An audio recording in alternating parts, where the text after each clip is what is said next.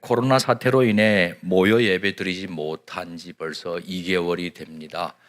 한 2, 3주면 끝날 줄 알았는데 이렇게나 시간이 흘러갔습니다. 코로나 때문에 지난 부활절 주일 축제 같은 분위기를 느끼지를 못했습니다. 미국 한 만화 작가가 이 코로나와 부활절을 풍자해서 그림을 그렸습니다. 부활절 날 예수님께서 돌문을 열고 나오시는데 예루살렘 방역 당국자가 말합니다. 예수님 나오지 마십시오. 방역에 협조해 주시면 감사하겠습니다. 어느 목사님이 이 그림 보고 못마땅하셨는지 예수님 답변을 추가했습니다. 걱정하지 마시게나 나는 갈릴리로 갈 것에. 이 만화 작가는 코로나가 부활의 감격을 상당히 막고 있다고 풍자를 했지만 목사님은 코로나에도 불구하고 부활의 감격을 누리자고 도전을 한 겁니다.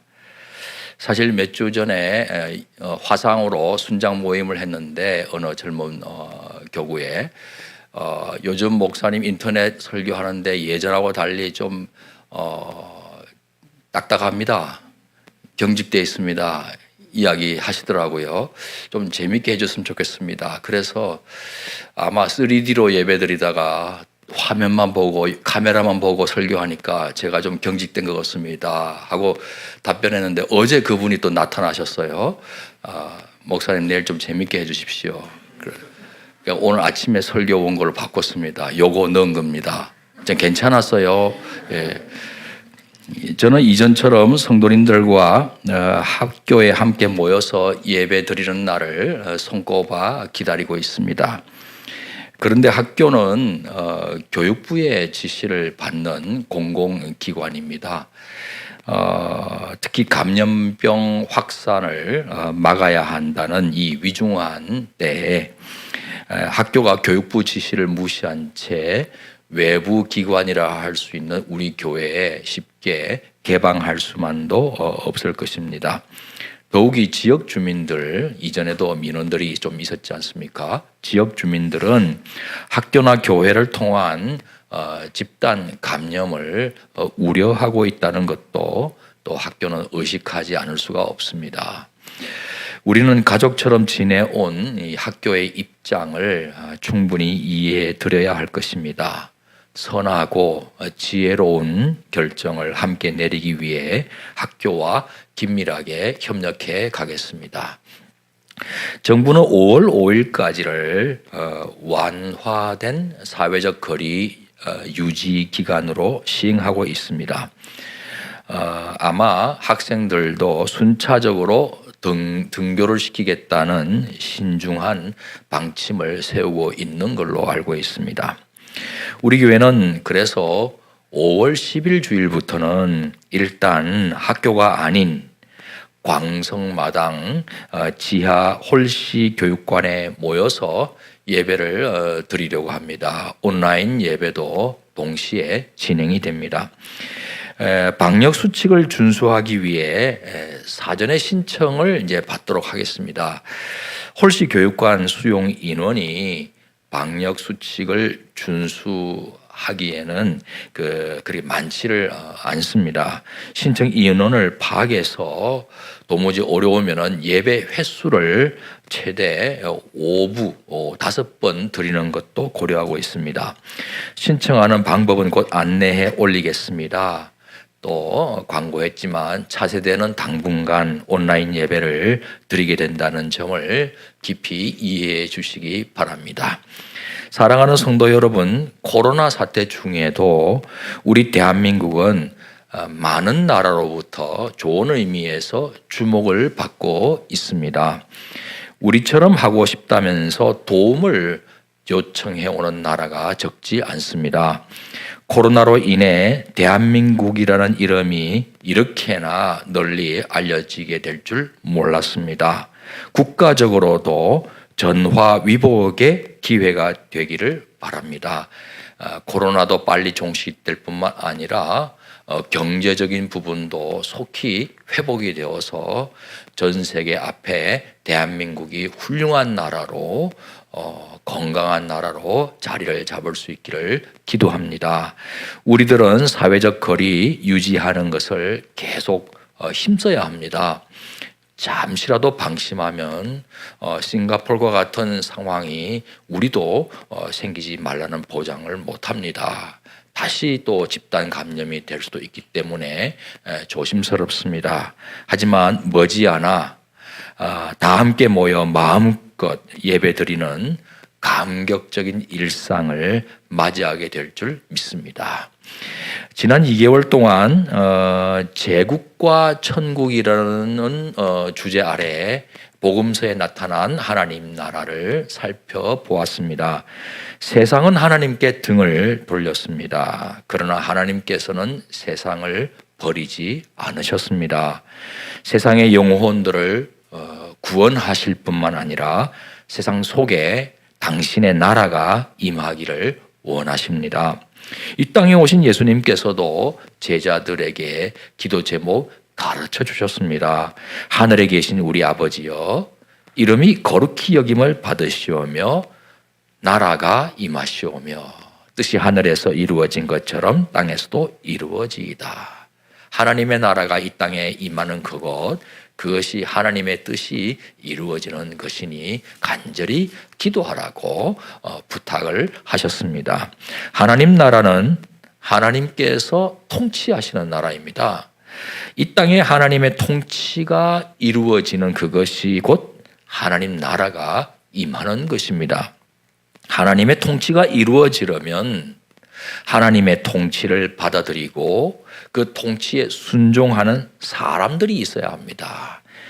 천국 백성입니다. 그게 국민은 없는 국가가 어디 있겠습니까? 그래서 복음 전파하는 목적도 더 많은 영혼들이 예수님을 구세주로 영접하고 하나님의 통치에 순종하는 그런 천국 백성 되도록 돕는 것이기도 합니다.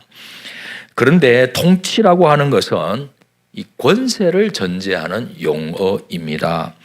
하나님께서는 당신의 형상 따라 사람 창조하시고 만물을 통치하라고 다스리라고 하셨습니다. 당신의 통치 권세를 위임해 주신 겁니다. 그러고 보면 사람은 하나님의 대리 통치자인 셈이었습니다. 사람이 통치 권세 행사하기 위해서는 딱 하나만 지키면 되었습니다. 동산 한가운데에 있는 선악을 알게 하는 나무의 열매를 먹지 않는 것이었습니다. 사람은 이 금지 계명에 순종하는 가운데 만물을 통치할 수 있었던 겁니다. 그러니까 통치자는 통치자 맞습니다만 하나님의 통치에 순종하는 통치자였던 겁니다. 그래야 사람도 포함해서 모든 피조물 가운데 하나님의 통치가 이루어지고 하나님의 나라가 임하지 않겠습니까? 하지만 안타깝게도 사람은 하나님의 통치에 순종하지 않는 쪽을 선택해 버렸습니다. 통치는 받지 않고 통치만 하시는 하나님처럼 되고 싶었던 겁니다. 하나님의 통치를 거부하는 이것이 바로 타락입니다. 사람이 타락하게 된 것은 마귀의 유혹을 받았을 때 물리치지 못하고 무너졌기 때문입니다. 여러분, 마귀는 원래 하나님께서 창조하신 천사장 중에 하나였습니다. 하지만 하나님의 피조물이라는 자리를 벗어나 하나님과 같아지려고 하나님을 대적했습니다. 하나님의 통치를 거부한 겁니다. 마귀의 타락입니다. 결국 하나님의 심판을 자초했지요.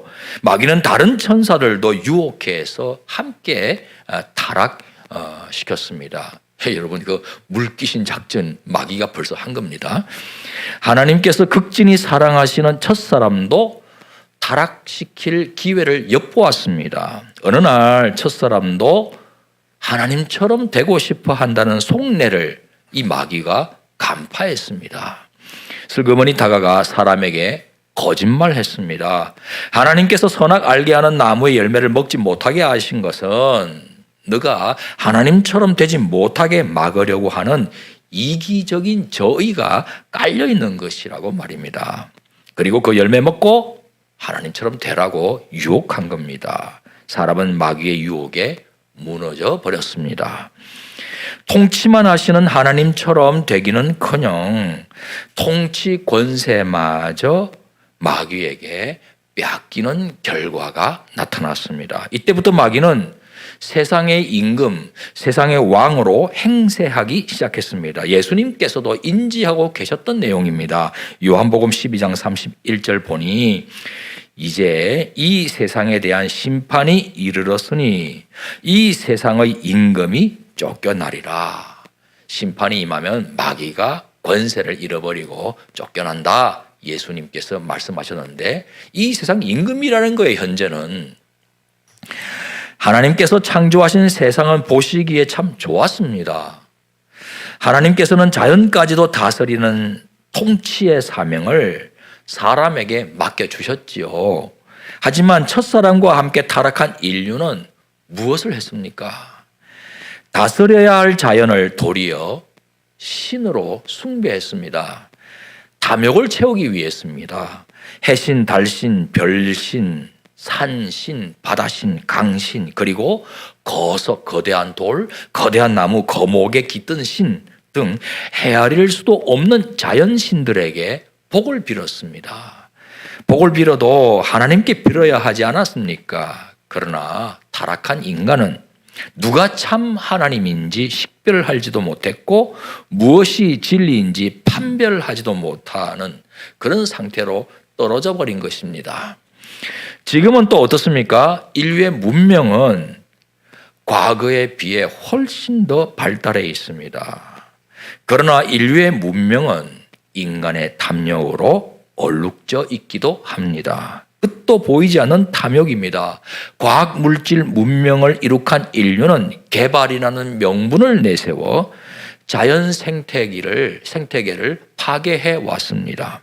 탐욕을 절제하는 능력도 인간은 상실한 것이었습니다. 자연을 숭배하는 것이나 반대로 자연을 파괴하는 것이나 다 하나님의 뜻이 아닙니다. 이번 코로나로 인류는 혼돈과 불안의 소용돌이 속으로 빨려 들어가고 있지만 아이러니하게도 자연은 도리어 평온해졌습니다.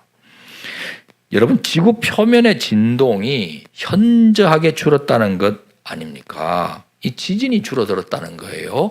최초로 벨기에의 왕립천문대가 그 관측 내용을 보고했고 여러 나라의 지질 연구소들도 동일한 관측 결과를 보고했습니다.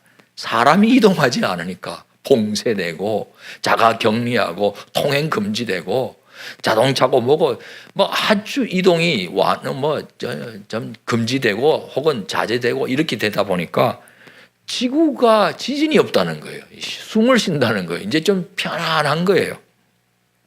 수질이 깨끗해졌습니다. 세계적으로 유명한 관광지인 이탈리아의 베네치아 수상도시 아닙니까? 물고기들이 유유자적하게 헤엄치기 시작할 정도였습니다. 그전에는 하도 사람들이 많이 배 타고 다니고 노젓고 노래 부르고 그 다음에 기름을 떼고 하니까 막 스트레스를 받았던 물고기들이 멀리 도망쳤다가 이제 그게 사라지니까 물고기들이 이게 웬일이냐 하면서 서서히 나타나기 시작했다는 거 아닙니까? 대기 오염 줄어들었습니다. 요즘 앱 보시면요 파란색입니다. 그 대기 오염 측정하는 미세먼지 보면은 빨갛고 누렇고 하다가 이제는 파란색이에요.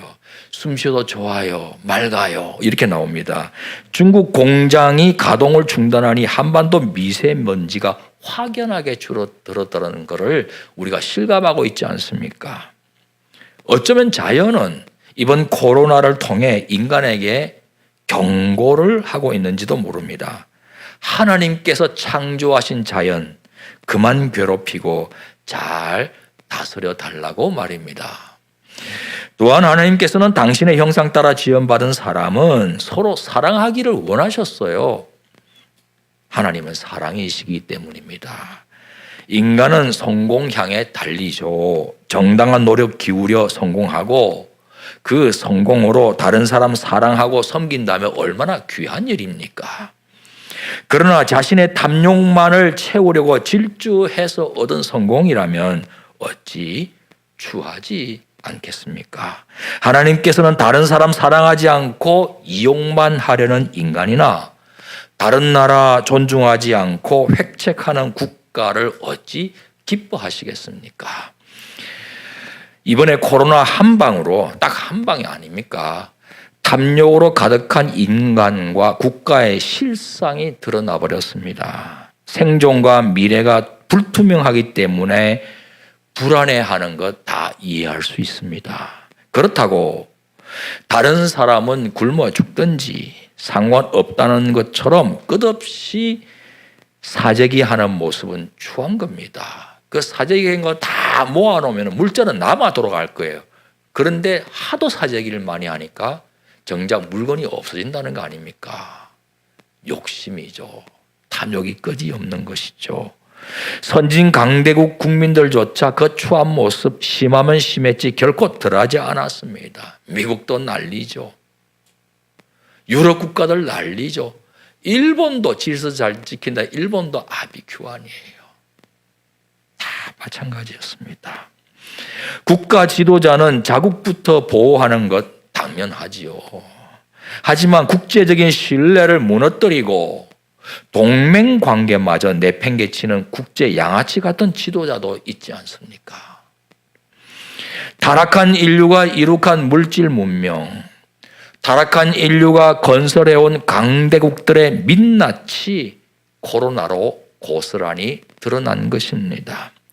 첫사람 아담이 마귀 유혹에 넘어가 하나님께 순종하지 않게 되면서 드러난 가슴 아픈 작금의 현실입니다.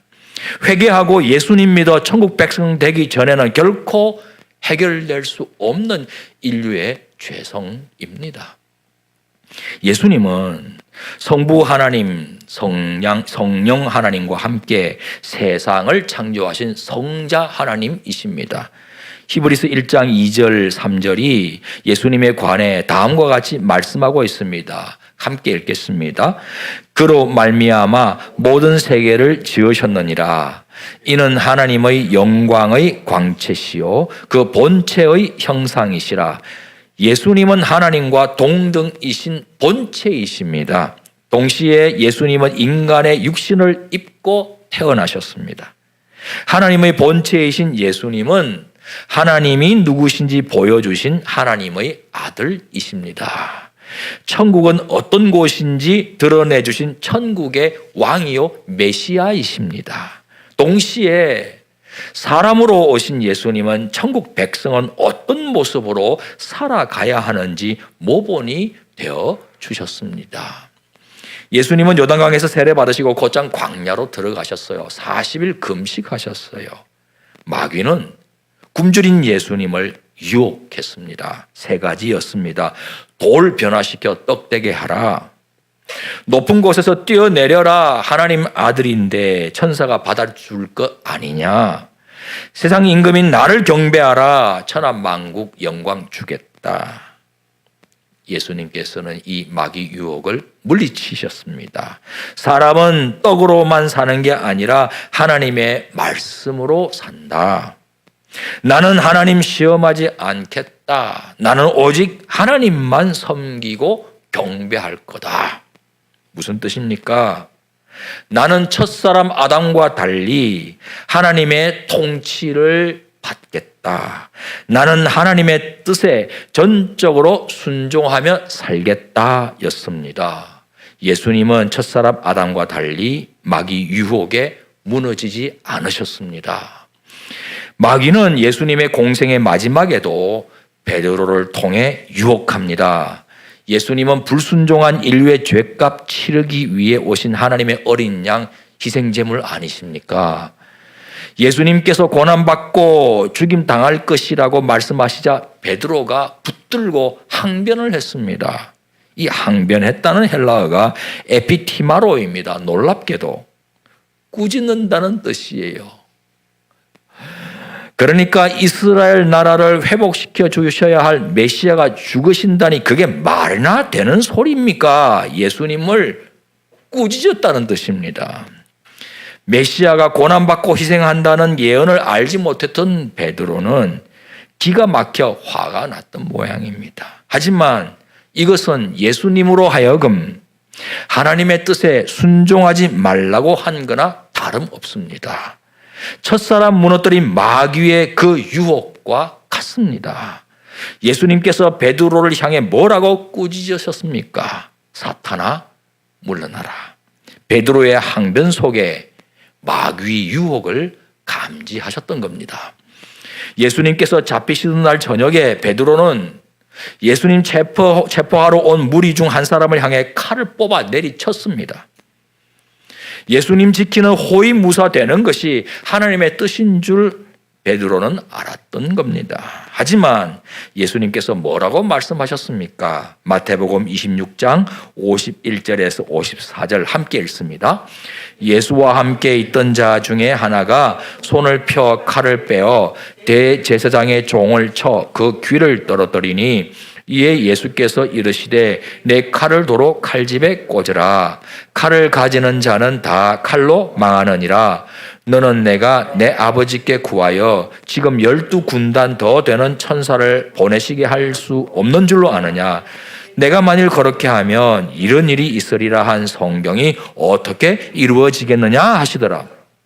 예수님은 당장이라도 12군단 더 되는 숱한 천사들을 동원해서 자신을 잡으러 온 사람들을 물리쳐내는 능력 발휘하실 수 있습니다.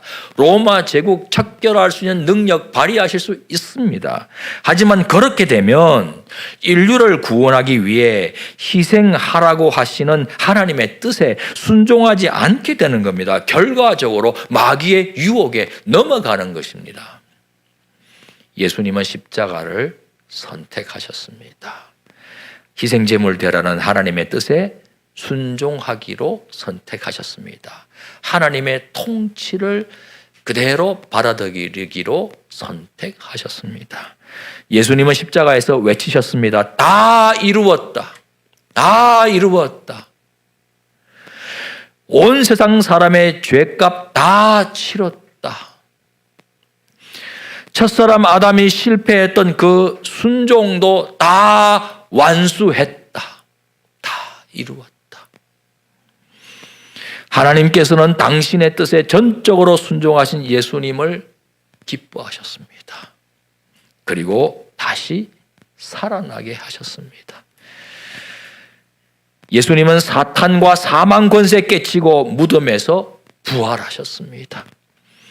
하나님께서는 이 예수님에게 모든 이름 위에 뛰어난 이름을 주셔서 만물이 그 앞에 무릎을 꿇게 하셨습니다.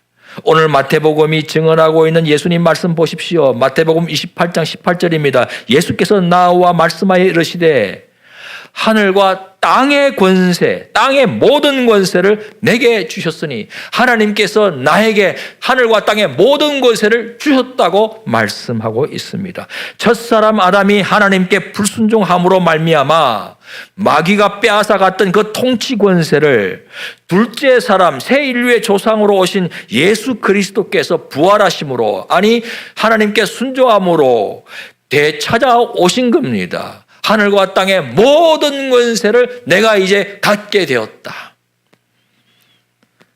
그 부활 예수님께서 당신을 따르는 제자들에게 오늘 지상명령을 내리십니다. 마태복음 19절 20절 상반절입니다. 그러므로 너희는 가서 모든 민족을 제자로 삼아 아버지와 아들과 성령의 이름으로 세례를 베풀고 내가 너희에게 분부한 모든 것을 가르쳐 지키게 하라.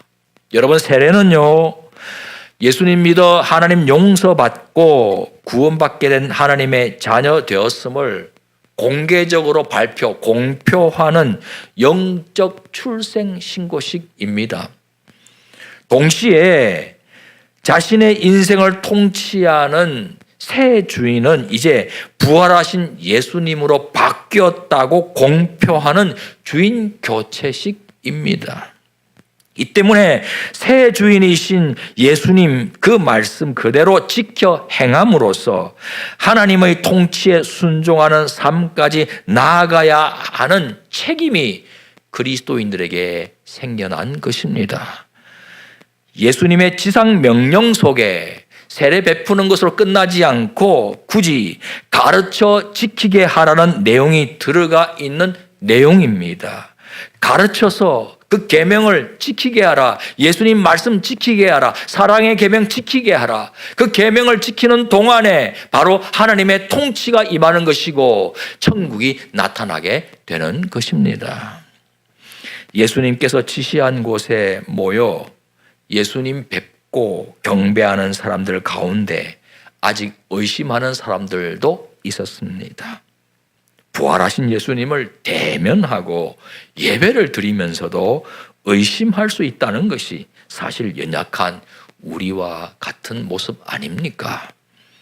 우리 역시 의심 많고 쉽게 낙심하는 연약한 사람들이지만 그럼에도 불구하고 우리에게 명하신 이 지상 명령에 순종하여 우리가 만나는 영혼들이 죄 사함의 십자가 복음을 받아들이고 하나님의 통치에 순종하도록 우리가 도와준다면 하나님께서 얼마나 기뻐하시겠습니까? 하나님께서도 천국 복음 살아내고 천국 복음 전하는 우리와 함께 하시면서 그 사명을 감당할 수 있도록 도와주실 줄 믿습니다. 세상 끝날까지 항상 함께 하시겠다. 예수님은 첫사람 아담과 다르셨습니다. 죽기까지 하나님께 순종하셨습니다. 하나님의 통치를 받는 통치자셨습니다. 천국은 하나님의 통치를 받는 사람들 가운데 임합니다. 하나님의 통치를 받는 사람들 가운데는 사랑이 넘치게 되어 있습니다. 하나님이 사랑이시기 때문에 돌봄과 나눔과 섬김이 넘쳐나게 되어 있습니다. 그것이 바로 천국이지요. 우리가 만나는 영혼들이 하나님의 통치를 받아들이는 천국 백성 되도록 우리 자신부터 하나님의 통치를 먼저 받는 높은 뜻 사람, 하나님이 주인 되신 사람, 하나님의 통치에 순종하는 천국 백성 되시기를 주님의 이름으로 축원합니다. 일어나셔서 결단의 찬양을 드리겠습니다.